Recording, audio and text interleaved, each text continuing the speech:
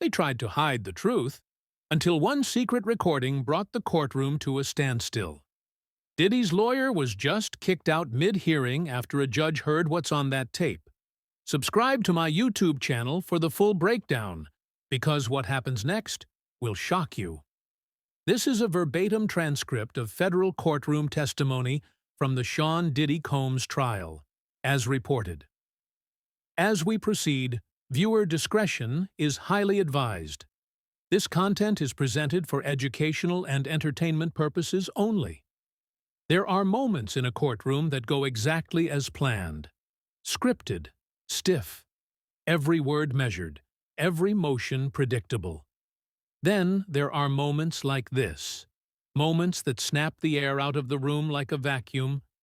It was supposed to be a routine pre-trial motion, nothing headline-worthy, just another appearance for Sean Diddy Combs, music mogul, billionaire businessman, and a man now facing a cluster of civil lawsuits that could shatter everything he built. But on that gray Thursday morning in a federal courthouse in Manhattan, something happened that no one, not even Diddy's team, was ready for. It began with a secret audio file. The prosecution had filed it under seal. The defense had fought hard to keep it out. Irrelevant, they said, illegally recorded, highly prejudicial.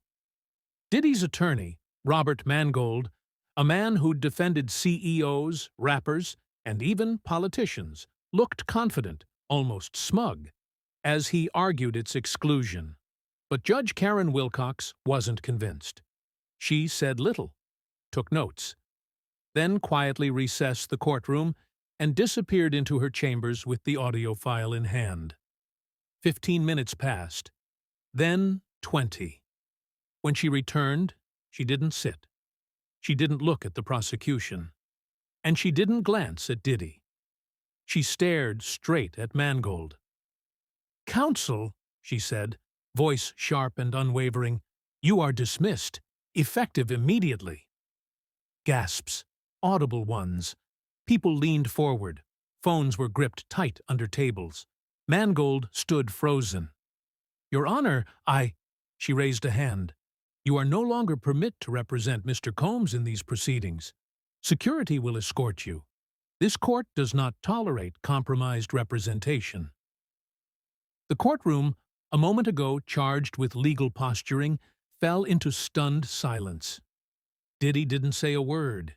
He didn't even look at Mangold. He just exhaled. Slowly. Like he already knew what was coming next. What could possibly be on a recording, one single audio file, that would make a federal judge dismiss a 30-year courtroom veteran in front of the press? We now know the answer lies in a conversation that was never meant to be heard. The tape, prosecutors say, was recorded in 2016 inside a luxury hotel suite. One voice on the tape is allegedly Sean Combs. The other belongs to a man known only as Subject X, a former employee turned whistleblower, now under federal protection. The conversation starts innocently enough. There's chatter about music deals, touring logistics, and new signings. But about 10 minutes in, the tone changes. Diddy starts talking about settlements, specific ones. Names are mentioned. Women who came forward and were, as he puts it, handled. Then comes the line. "That's why I keep Mangold close. He doesn't ask questions. He cleans things up." There's a pause. And then laughter. But it's not nervous laughter. It's calm, confident. The kind of laugh that doesn't expect consequences. That line was enough to detonate the courtroom. Enough for Judge Wilcox to toss a seasoned attorney out the door without a second thought. Enough to make reporters sprint out of the building, typing headlines before the judge even left the bench. Because what that tape implied, no, confirmed, was that Mangold wasn't just a lawyer. He was part of the operation, a fixer, a legal bodyguard in a system built to keep victims quiet and allegations buried. And Mangold? He didn't fight back. didn't threaten appeal. He left the courtroom under silent escort, his career unraveling with every step. Back inside, the judge recessed the hearing, but the damage was already done. Diddy's fortress of lawyers, money, power, and silence had just sprung its first undeniable leak. That night, Mangold's name was scrubbed from his law firm's website. Calls to his office went unanswered. Insiders leaked that an internal ethics review had already begun, and that federal investigators were quietly reviewing his past cases for patterns of misconduct. But what stunned legal observers wasn't just Mangold's removal. It was the tape's source. The man behind the recording, Subject X, wasn't a journalist. He wasn't a rival. He wasn't even someone suing Combs. He was an insider. Subject X worked closely with Diddy for nearly 6 years. According to sealed court documents, he was part of Combs's logistics and travel team, someone who handled room bookings, security clearance, and off-the-record meetings in faraway places. He wasn't high-profile, but he had access, real access. And sometime in 2015, after witnessing what he called disturbing patterns, he began quietly documenting what he saw. He recorded conversations, archived emails, saved voicemails, and encrypted documents, not to extort, not to go viral, to protect himself. In an affidavit later obtained by federal prosecutors, Subject X described a culture of fear and absolute control. Staffers were expected to follow instructions without question. Those who asked too many questions were pushed out. Those who resisted outright, silenced, one way or another. When asked why he waited so long to come forward, Subject X reportedly answered, "Because I didn't think anyone would believe me, until I realized others were starting to come forward too." That realization came in 2023, when multiple civil lawsuits began resurfacing.